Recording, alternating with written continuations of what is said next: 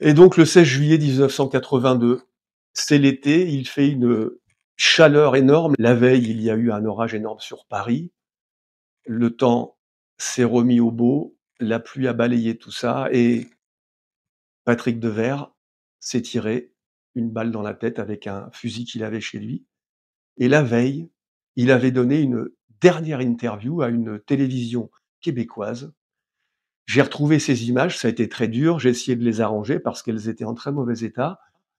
Mais vous allez voir, ça pose, je crois, toute la question du suicide, c'est une question d'ailleurs auquel il n'y a pas de réponse. C'est comme ça et la personne qui veut mettre fin à ses jours, vraiment, quand ce n'est plus un appel au secours, mais une décision de s'en aller, eh bien, n'en laisse, rien paraître et c'est ce que vous allez voir dans cette, dernière interview de Patrick Devers qui tire sa révérence, avec ce sourire qu'il avait et qui parle d'un avenir hypothétique qui se terminera le lendemain matin. Voici la dernière interview de Patrick Devers. Je peux vous proposer un pacte aussi? Ouais, Il semble qu'il va peut-être y avoir de la pluie. ouais. On termine l'entrevue. Pluie, pas pluie, on termine ici. Ah ouais, ouais, ouais. Quoi qu'il arrive. Ah, moi, je suis pour. Moi aussi, je suis pour. D'accord. OK. Bon, bon. Je sais qu'aujourd'hui, vous avez eu une journée... Oui, oui, oui. Ça va se mettre à tomber. C'est vrai, parce que il a fait tellement chaud aujourd'hui que c'est Aujourd'hui, un et orage depuis terrible. plusieurs jours. Ouais.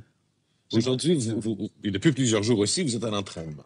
Ouais. Avec une température comme celle-là, ça doit être terrible. Oui, je suis descendu à 72 kilos, monsieur. 72 kilos, vous êtes parti de 76. 76. Et ça, c'est en combien de temps?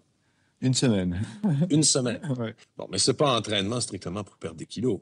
Ah non, non, non, non, c'est un entraînement pour apprendre à boxer, d'une part, et à essayer de ressembler à Marcel Cerdan sur un ring, d'autre part, ce qui n'est pas de la tarte. Parce que le tournage du film commence bientôt. Oui, le tournage commence dans 2 semaines. Bon, on peut peut-être, parce qu'il y a peut-être des gens qui seraient pas encore au courant de ce que c'est que ce film-là. Alors, c'est un film de Claude Lelouch qui s'appelle Edith et Marcel. Et il y a 3 personnages. Edith Non, il y a Marcel. plusieurs personnages. Bon, il y a Edith Piaf et Marcel Cerdan. Ce qui leur est arrivé, moi, Claude m'a raconté, c'est pas piquer des verres. Mhm. Et puis, il y a... ils étaient très mystiques l'un et l'autre. Ouais. Et il y a Dieu.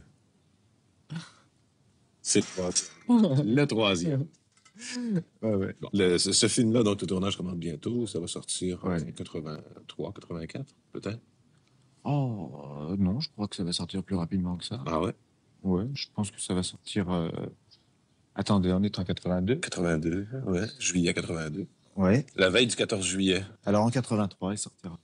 au cours de l'an prochain. Ouais, je pense. Moi, dès que je tourne pas, dès que je travaille pas, je suis chez moi, je tourne en rond, je contemple mes doigts de pied, je m'ennuie. Mhm. Alors, mon métier, c'est de faire des films, mon métier, c'est de tourner. Est-ce que vous faites du cinéma pour durer très longtemps? Ben, j'aimerais bien, ouais. Il y a longtemps que vous habitez ici? Il y a 2 ans. 2 ans. Qu'est-ce qui vous a incité à vous en venir ici? Donc, je suis rentré par cette porte. J'ai ouvert la porte, il y avait une copine qui m'avait dit, tu sais, il y a quelqu'un qui doit s'en aller vivre ailleurs et tout. Il voudrait bien laisser sa maison. Alors, je suis allé voir. J'ai ouvert la porte. J'ai regardé et j'ai dit ça à Paris. Mhm. Ça n'existe pas, c'est la campagne. Je sais pas, vous entendez les voitures là? Vous entendez? Non, on entend un chien, on entend le tonnerre, c'est tout. Pourtant, on est en plein milieu de Paris. C'est la campagne, c'est un endroit complètement rêvé. Et j'ai pas hésité une seconde. Je veux dire, j'ai mis le paquet pour habiter ici. Et je vous assure que j'ai mis le paquet. Vous le vouliez. Ah ouais, ouais, ouais. Et ça se voyait. Patrick, vous nous avez rendu visite une fois, je pense, Oui. au Québec. Ah oui, c'était un C'était beau pour un voyage. film, je me rappelle pas lequel. Ben, j'ai été présenté Coup de tête Coup de tête. de Jean-Jacques Hano. Et vous me disiez tantôt que vous avez gardé de bons souvenirs. Ah oui, formidable. Ouais. Ah oui, j'ai trouvé que j'ai soufflé au Québec, j'ai respiré, j'ai trouvé qu'il y avait des relations entre les gens qui étaient des relations franches, folles, contrairement à cette espèce de cérébralisme qui est en France, cette espèce de cartésianisme, on réfléchit sur tout et tout, et j'ai toujours, non, mais j'ai toujours gardé du Québec beaucoup de respect parce que bon, bah, vous êtes le pays qui parle la même langue que nous. À peu de choses près.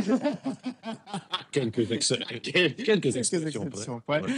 Mais enfin, moi j'avais eu même l'idée à un moment quand j'essayais de faire des paroles de chansons et tout, d'écrire des paroles en français puis de les envoyer à un copain québécois, puis qui me les traduisent en langue québécoise et puis moi j'aurais dit voilà ce que j'ai écrit, pas mal. Pas à traduire, il y a seulement eu à adapter. À adapter, voilà, c'est ça. Patrick Devers, merci de nous avoir reçus chez vous.